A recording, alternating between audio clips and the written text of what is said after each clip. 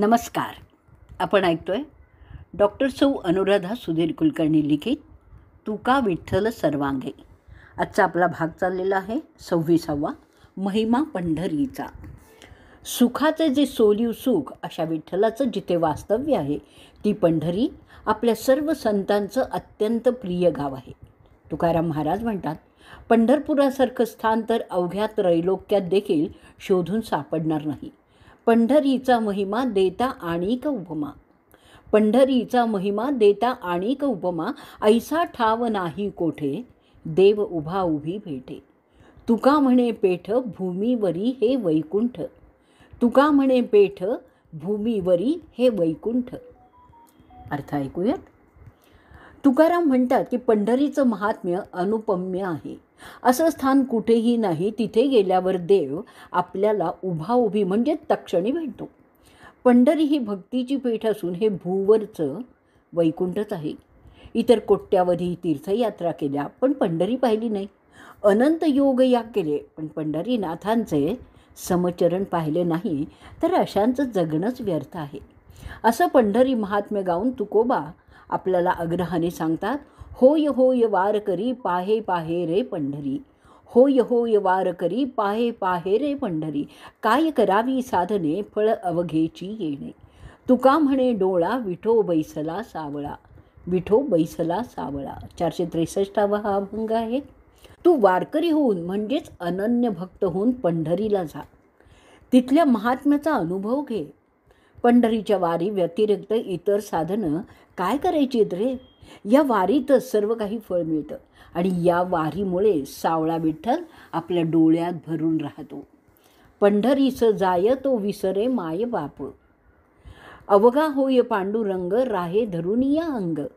तुका म्हणे मळ नासी तात्काळ हे स्थळ. 464वा हा अभंग आहे. जो पंढरीला जातो तो आपलं मायबाप गणगोत विसरून जातो. अर्थातच स्वतःच्या नामरूपाला देखील विसरतो. तो पांडुरंग रूपच होतो. स्वस्थितीत राहतो. पंढरपूर हे स्थानच त्रिगुण मळाचा तात्काळ नाश करणारं आहे. पंढरपूरला दुःख औषधालाही मिळत नाही. तिथे तर निरंतर प्रेमसुख वास्तव्यच करत आहे.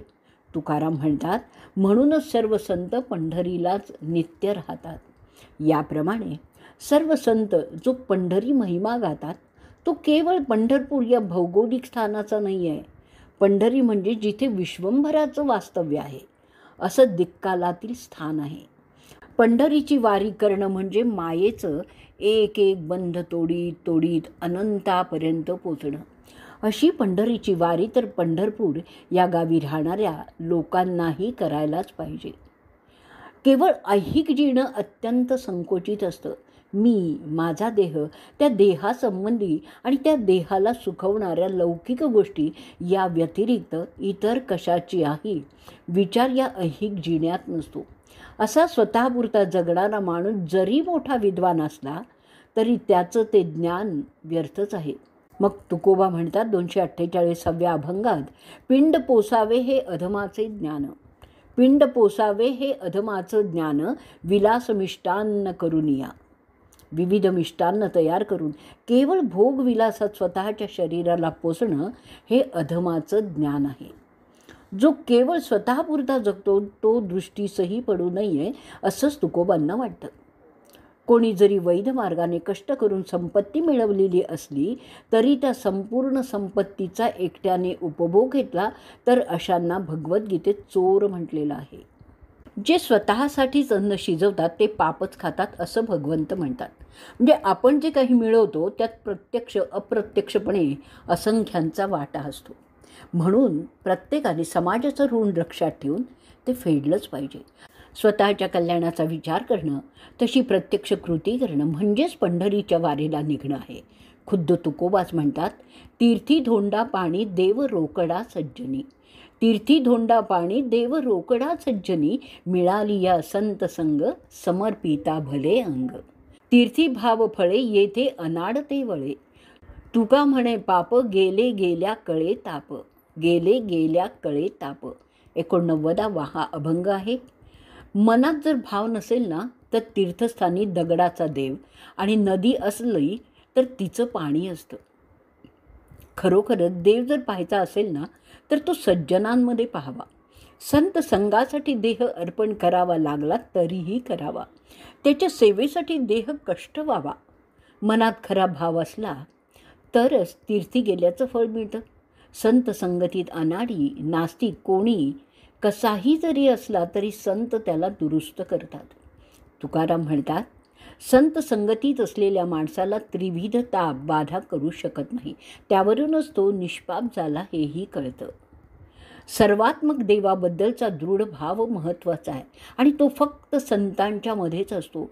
ते संतच खरे पंढरीचे वारकरी असतात. 2501व्या अभंगात ते म्हणतात, पाषाणाचे नाव ठेवी येले देव, आणिका तारी भाव परितो तैसा. भाविक लोक पाषाण मूर्तीच्या ठिकाणी देव मानून तरून जातात. तो पाषाण आहे तसंच राहतो. इतकं वास्तववादी वर्णन तुकोबा तीर्थस्थानाचं करतात. तसंच ते परखडपणे हेही सांगतात की देवतीर्थी येर दिसे जया ओस, तोची तया दोष जाणीत या. तुका म्हणे विश्वंभरा ऐसे वर्म, चुकली या वर्म अवघे मिथ्या. 2381 हा अभंग आहे. केवळ तीर्थाच्याच ठिकाणी देव आहे, बाकीचं सर्व ओस आहे असं मानणाऱ्यांच्या ज्ञानात दोष आहे. अवघ्या विश्वात देव भरलेला आहे. हे देवाचं विश्वंभरपणाचं वर्म जर आपण विसरलो तर संसाराचा मिथ्याभासच होत राहणार, हो की नाही? मग देव फक्त मंदिरात आहे असं मानणं म्हणजे देवाला स्वतःप्रमाणे एकदेशी समजणं आहे. देव तर एकाच वेळी सर्व ठिकाणी आहेच आहे. अशा सर्व व्यापक परमेश्वराचं दर्शन घेणं म्हणजेच खरी भक्ती करणं आहे. गीतेतल्या अध्याय 6व्यातला 31वा हा पण श्लोक असा आहे, सर्वभूतस्थिते यो मां भजत्येकत्वं महास्थितः, सर्वथा वर्तमानोऽपि स योगी मायी वर्तते. म्हणजे जो सर्व प्राणीमात्रात आत्मरूपाने असलेल्या मला भजतो त्याचे सर्व व्यवहार माझ्यातच होत असतात. या भगवंत वचनाप्रमाणे सर्वात्मक परमेश्वराशी एकरूप होणं म्हणजेच पंढरीला जाणं आहे. आजचा भाग आपण इथे संपवणार आहोत.